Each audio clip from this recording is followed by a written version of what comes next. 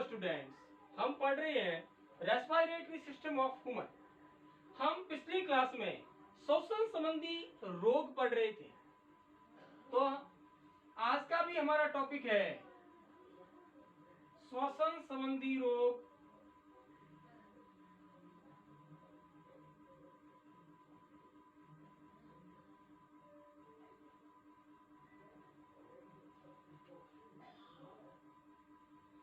Respiration disorder,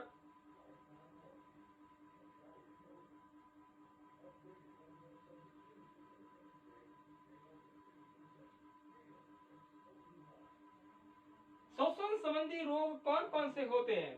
तो देखिए, एक नंबर जो रोग होता है श्वसन संबंधी, जिसे अस्थमा कहा जाता है, अस्थमा या इसे दमा कहा जाता है।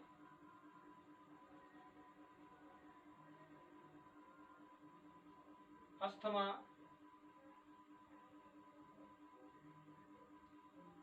दूसरा जो रोग है इसे श्वसनी शोथ कहा जाता है।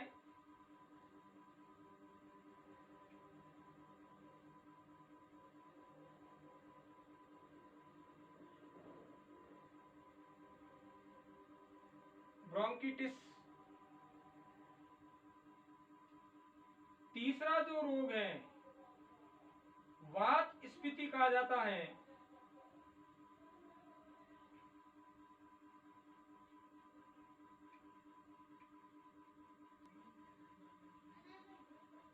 एम्फीसीमा कहा जाता है। 4 नंबर जो रोग है इसे न्यूमोनिया,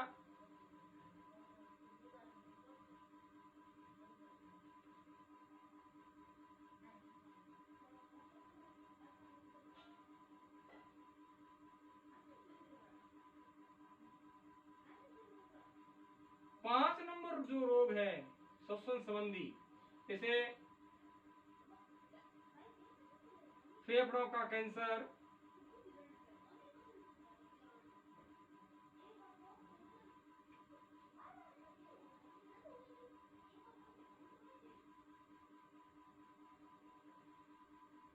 कैंसर ऑफ लंग्स,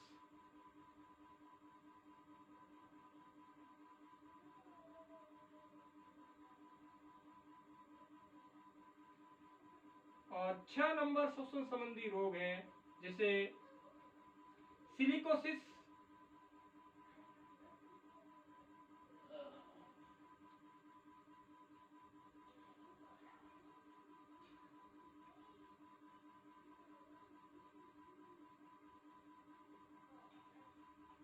तथा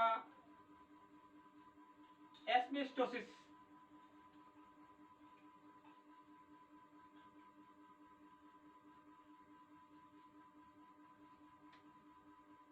रोग कहते हैं।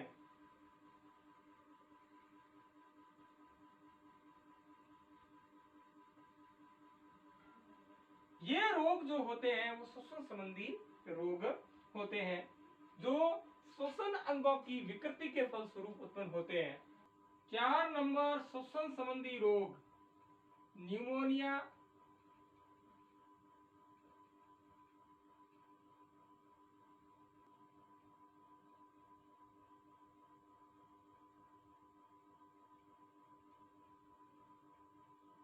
क्या होता है न्यूमोनिया?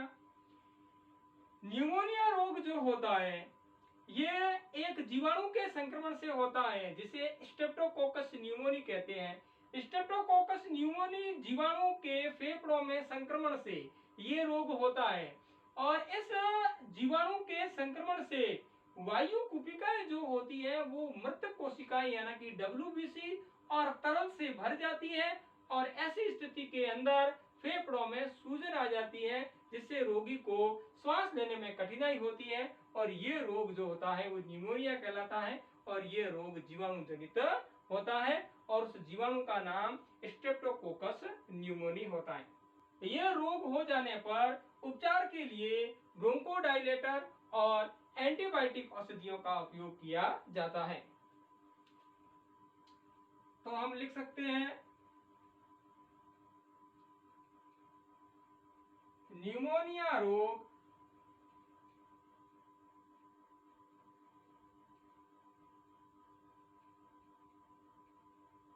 स्ट्रेप्टोकोकस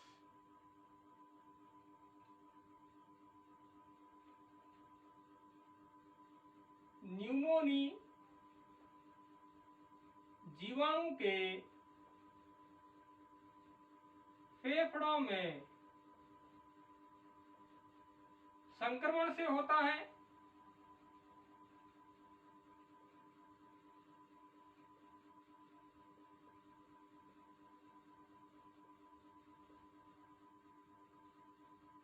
इस जीवाणु के संक्रमण से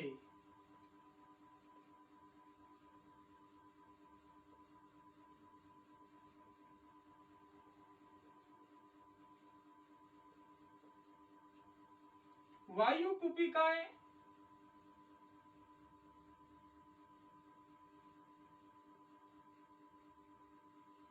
मृत कोशिकाएं,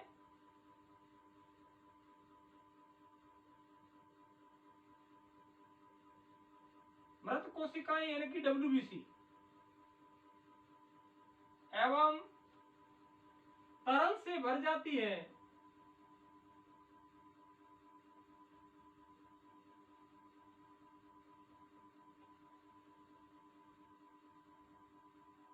जिससे फेफड़ों में सूजन आ जाती है।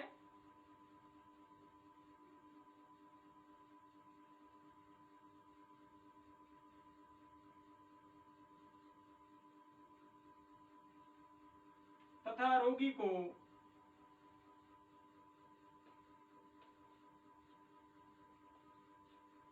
श्वास लेने में कठिनाई होती है।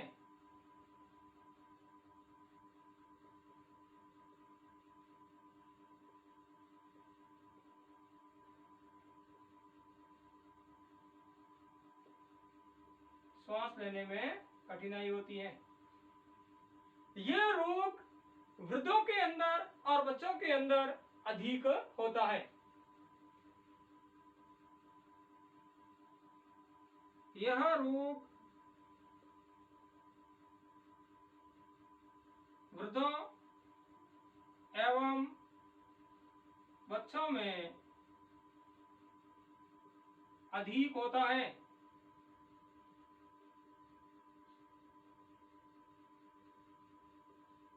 क्यों होता है इनमें? क्योंकि वृद्ध व्यक्ति और बच्चों में प्रतिरोधी क्षमता कम होती है, इसलिए इन जीवाणु का संक्रमण इनमें अधिक होता है।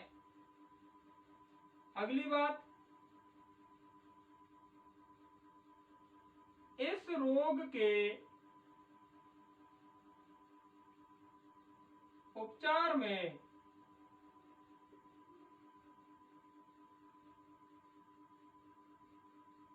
ब्रोंकोडाइलेटर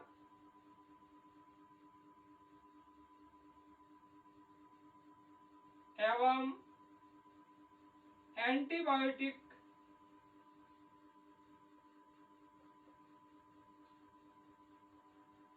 औषधियों का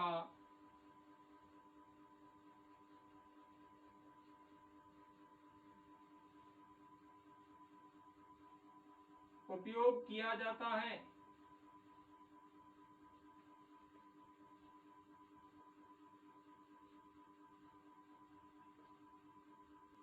5 नंबर श्वसन संबंधी रोग, फेफड़ों का कैंसर। फेफड़ों का कैंसर, कैंसर ऑफ लंग्स कैसे होता है? यह रोग धूम्रपान की वजह से होता है। सिगरेट के धुएं में उपस्थित रसायन कैंसर जनक होते हैं और सिगरेट के धुएं में उपस्थित रसायनों की वजह से श्वसनियों की उपकला के अंदर कोशिकाएं अनियंत्रित विभाजन प्रारंभ कर देती है और कोशिकाओं का अनियंत्रित विभाजन ही कैंसर कहलाता है। ये सिगरेट के धुएं में उपस्थित रसायनों की वजह से श्वसनियों की उपकला में उत्तेजना होती है और इस उत्तेजना के फलस्वरूप कोशिकाओं में अनियंत्रित विभाजन प्रारंभ हो जाता है, जिससे श्वसनियों का कैंसर जो होता है वो पूरे फेफड़े में फैल जाता है और इस प्रकार से लंग्स का कैंसर हो जाता है, फेफड़ों का कैंसर हो जाता है। तो इसका मुख्य कारण धूम्रपान है, क्योंकि सिगरेट के धुएं के अंदर उपस्थित रसायन जो होते हैं वो कैंसर जनक होते हैं, जो कैंसर का कारण बनते हैं। यह रोग असाध्य रोग है, इस रोग का कोई उपचार नहीं है। धूम्रपान से दूर रहकर इस रोग से बचा जा सकता है। तो अपन लिख लेते हैं, यह धूम्रपान से होता है।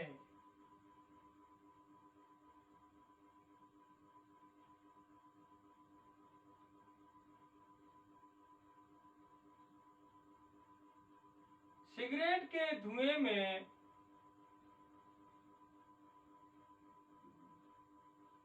उपस्थित रसायन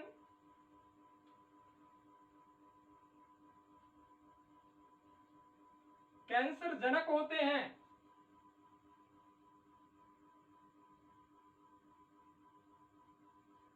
कैंसर को जन्म देने वाले होते हैं।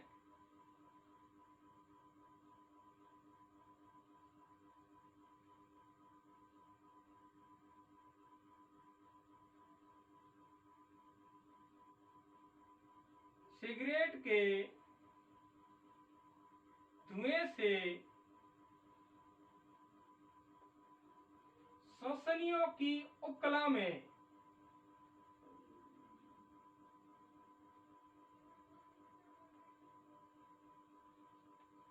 उत्तेजना होती है।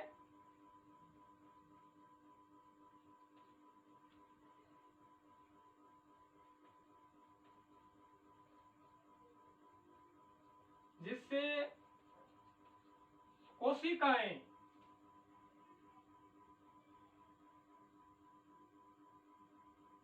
अनियंत्रित विभाजन प्रारंभ कर देती है।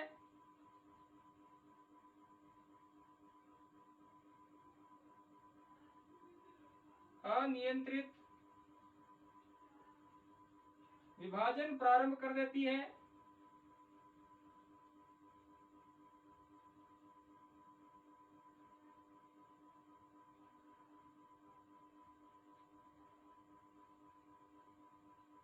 जो पूरे फेफड़े में फैल जाता है।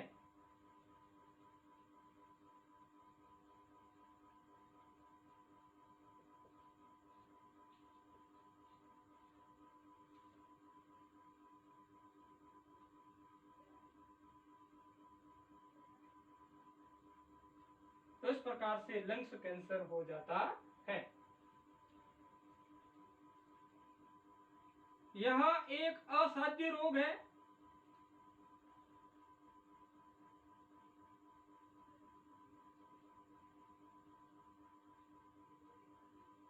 यानी कि इस रोग का कोई उपचार नहीं है।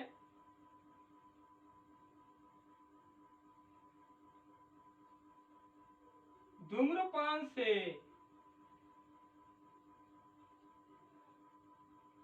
दूर रहकर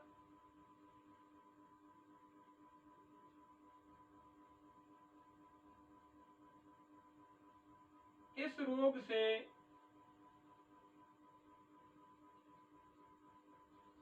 बचा जा सकता है।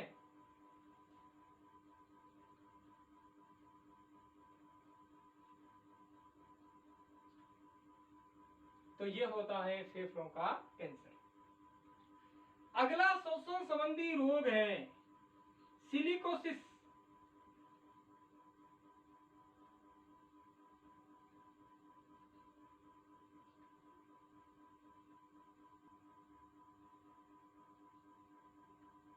सिलिकोसिस तथा एस्बेस्टोसिस। एस्बेस्टोसिस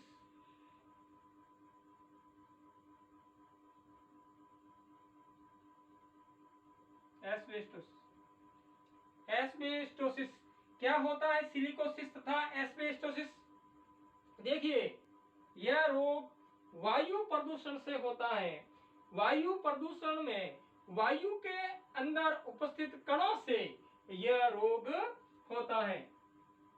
यानी कि हम ये कह सकते हैं, जो सिलिका या एस्बेस्टोस की खानों के अंदर काम करने वाले श्रमिक होते हैं, उनके अंदर यह रोग होने की संभावना अधिक होती है, क्योंकि सिलिका और एस्बेस्टोस के कण जो होते हैं वो इन मजदूरों में श्वास के साथ फेफड़ों में चले जाते हैं, जिससे फेफड़ों के बाहरी आवरण के अंदर जमा हो जाने के कारण तंतुमय ऊतक में वृद्धि कर देते हैं, और जिससे फेफड़ों में सूजन आ जाती है और फेफड़ों की प्रत्यास्थता कम हो जाती है, और इस कारण ये रोग हो जाता है। और इस रोग का भी कोई इलाज नहीं है।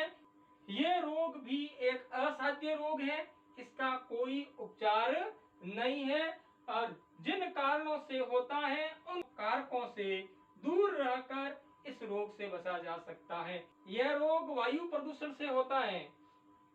ऐसे मजदूर जो सिलिका या एस्बेस्टोस की खानों में काम करते हैं, उन मजदूरों में यह रोग होने की अधिक संभावना रहती है, क्योंकि सिलिका और एस्बेस्टोस के कण श्वास के साथ इन मजदूरों के फेफड़ों में चले जाते हैं, और फेफड़ों के ऊपर भाग के अंदर फाइब्रोसिस तंतुमय ऊतकों की वृद्धि कर देते हैं, और फेफड़ों के अंदर सूजन पैदा करते हैं, जिससे ये रोग हो जाता है। ये एक असाध्य रोग है, इसका कोई उपचार नहीं है, यानी कि होने वाले कारकों से दूर रहकर इस रोग से बचा जा सकता है। लिख लेते हैं, यह वायु प्रदूषण से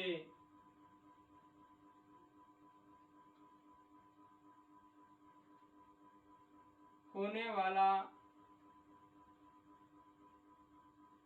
एक रोग है।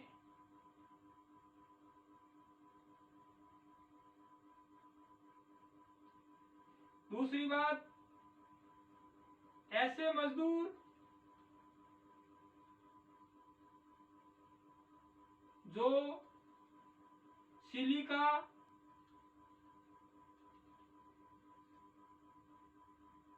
एवं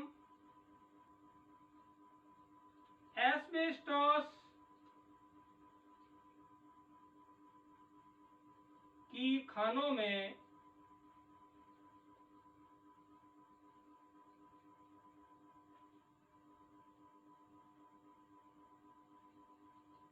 काम करते हैं, उनमें यह रोग होने की संभावना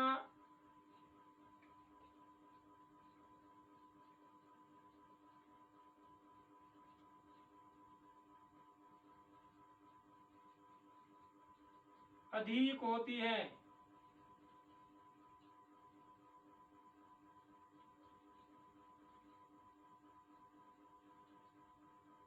क्योंकि इन कारखानों के अंदर वायु प्रदूषण अधिक होता है, यानी कि श्वास के साथ में सिलिका और एस्बेस्टोस के कण हैं, वो फेफड़ों में चले जाते हैं, जिससे फेफड़ों के ऊपरी भाग में फाइब्रोसिस यानी कि तंतुमय ऊतकों की वृद्धि हो जाती है, जिससे फेफड़ों में सूजन आ जाती है, जिससे यह रोग हो जाता है। रोगी को सांस लेने में तकलीफ होती है। इन मजदूरों में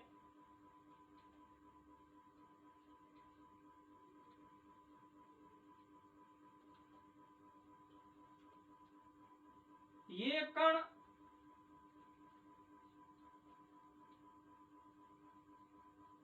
श्वास के साथ फेफड़ों में चले जाते हैं,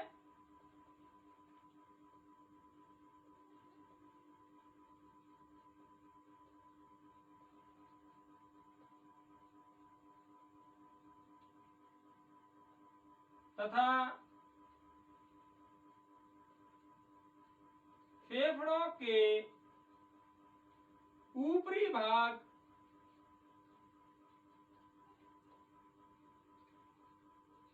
में फाइब्रोसिस, फाइब्रोसिस का मतलब होता है तंतुमय ऊतकों में वृद्धि। तंतुमय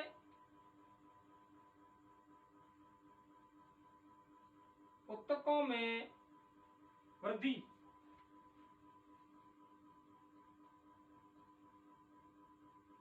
एवं सूजन उत्पन्न करते हैं।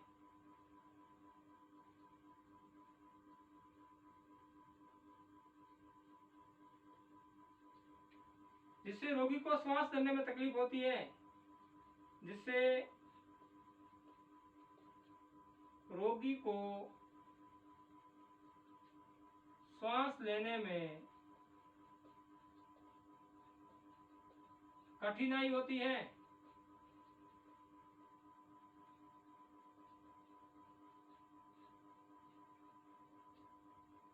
यह एक असाध्य रोग है। यह एक असाध्य, जिसका कोई उपचार नहीं है।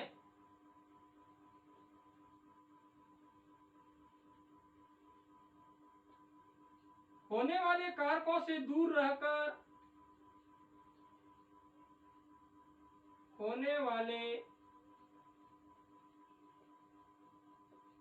कारकों से दूर रहकर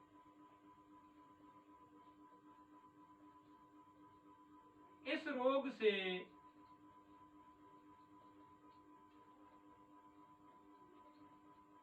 बचा जा सकता है।